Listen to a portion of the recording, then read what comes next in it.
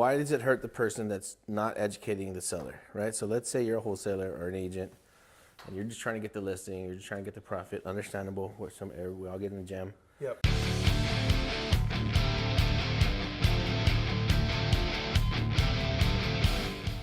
This is how not educating the seller hurts you. It's because you limit your own exit strategies and your own profit potential, right? So let's say that you're going to pitch a creative finance, a seller finance, a sub-2, a low cash offer. Like let's say you only say, hey, my only strategy here is a low cash offer because this is what I'm going to make. I'm going to make $100,000, and the man doesn't know what it's worth. Ha! Damn. I got him. That strategy sucks, right? You're going to make a lot of profit, but that strategy sucks for one.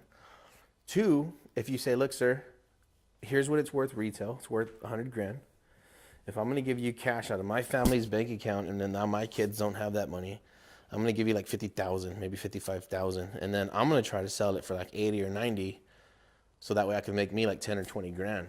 And then the seller's like, man, I just really need the 100. That's the last money I've ever saved in my life. I need this to pay at least the bills I have, and then I could live for the rest of my life, and I'm happy.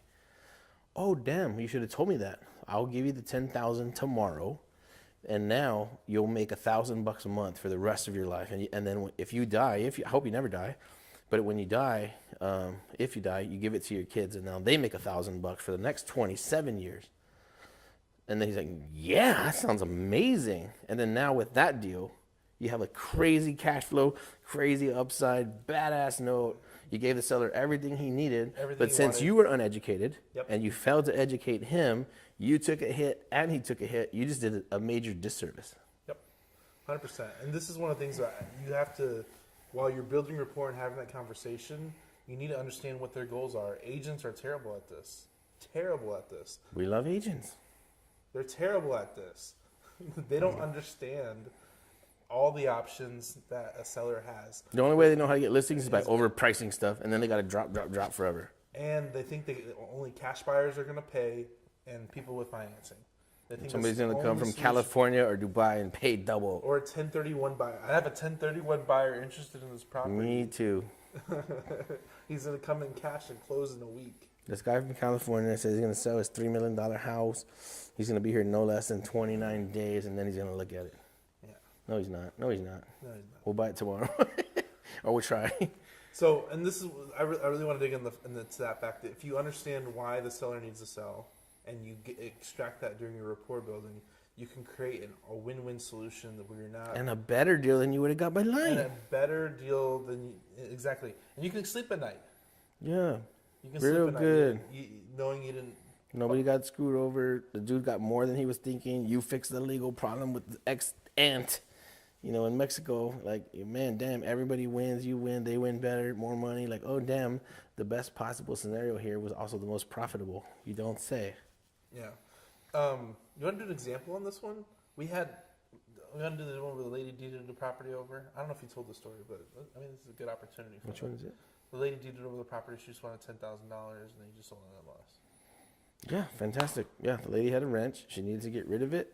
It needed a lot of cleanup, barbed wire in the grass, vehicles. It was a mess. It was a real mess. Nobody took care of it. It was going to be like $20,000. She was out of the country, right?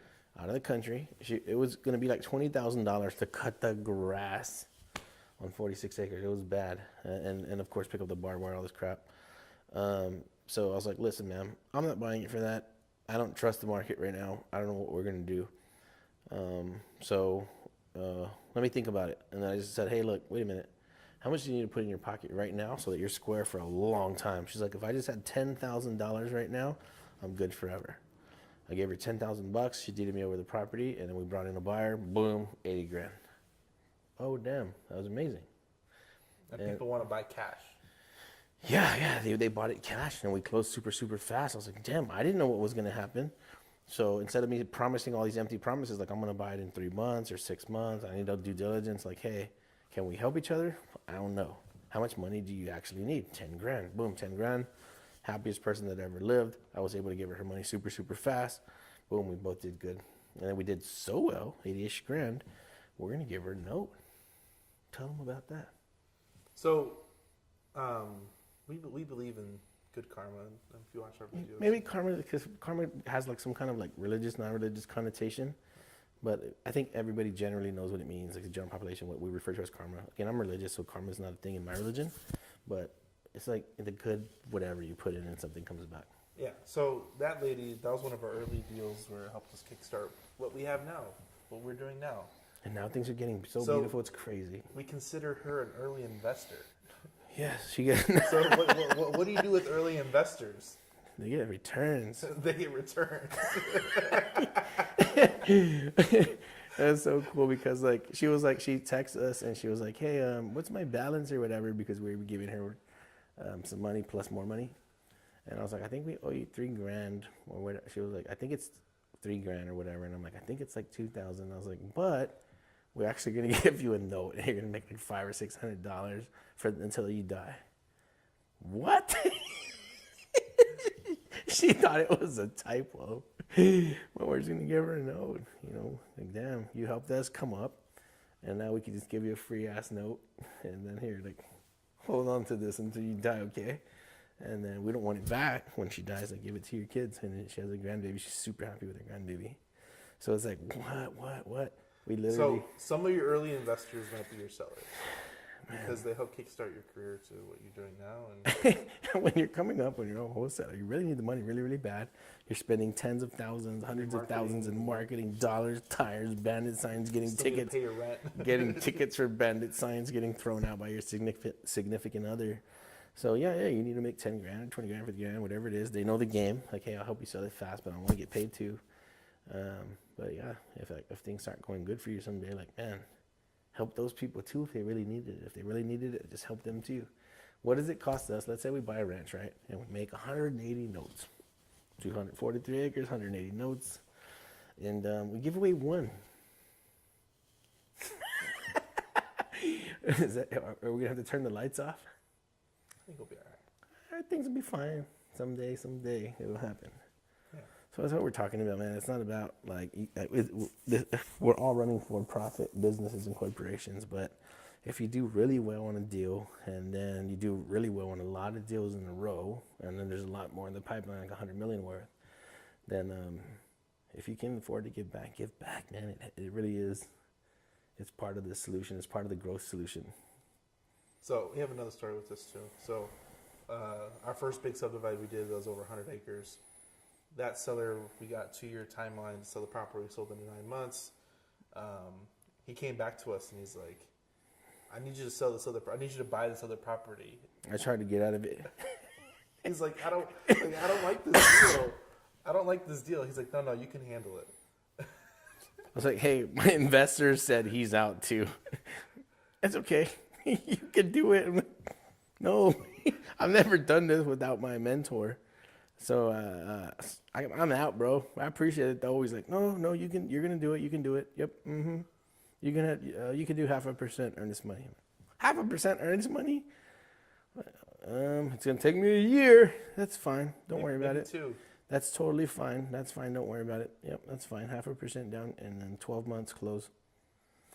Man, dude, honestly, if things don't go right, it's gonna take 2 years. It's gonna take 2. Yeah. Send the contract for 1 year, and then if it's going to 2 years, then you send me another extension, and then we'll just close in 2 years. Why? Why, sir? Now I'm trying to sell him on why. I don't know if people ever had sellers sell them on buying a property. You're gonna do it? Like, no, I'm not. Nope, for sure not. Yeah. You're it's all good. You're gonna do it. Okay. First time for everything, I guess. I think that's been our biggest contract to date. $4.5 million. No, is it? That's our biggest contract on the buy side. Okay, on the buy side. On the buy side, biggest contract to date, and the dude's like, "You have to sign it." Oh yeah, that was the biggest one. At that time. At that time, yeah. Okay, all right, yeah, biggest contract that signed up. Yeah, dude, and then so there's somebody trying to help us market it, right? We have a broker, Michael Suarez, Krista. They're doing really good. We hired a broker. They know, and we're all like moving the deal. And I forgot where I was going with that. No, let's just There's a lot of good things, and I think educating educating the seller on what you need what needs to be done, what their needs are. Help the seller, help the seller, help the seller. It always helps you. Say, sir, look, if you need, do you have something? Is your barn on fire right now? Like, who? Is a barn on fire? Like, are you calling the ambulance and the fire truck? No. Did you lose all your cows? No. Are you having a divorce? Are you leaving the country? No, no, that's ridiculous. I've been living here my whole life. Why do you need $3 million? I don't need it, but I know what my property's worth. Like, yeah, I know. It's worth $3 million. That's all you're concerned with, right? So you're gonna get the whole $3 million. Yes. Okay. Oh damn. Okay. Okay. So as long as I can give you 3 full million, let's say it takes me like 3 months or 6 months or a year to give it to you. Would that be okay? Like, I don't know. Like what do you mean? I'll give you $200,000 down, and then we'll give you the rest like in 3 months or 6 months or in a year, 2 years, 3 years, 5 years, whatever you want. Yeah, what is help? Wait, I mean, bam, done. So like, he doesn't need a discount. He doesn't need to be slapped in the face with like, hey, I know it's worth $3 million, but I'm giving you 1.5. Like, man, I'm not a dummy. I'd rather just die with it than just give it to you, you yuppie. Yeah. So help him out, educate him. Say, here's how I can give you more than you were thinking. You know, you wanted $3 million, I'll give you 3.5. But here's how I got to do it. And then he's like, yeah, that sounds good actually. Oh damn, he said yes. Lock it up. That's it. No, man. Do good with good people. Educate them, and you might get a better deal than you ever could think you'd get. Better deal than you wanted by being honest and doing the right thing.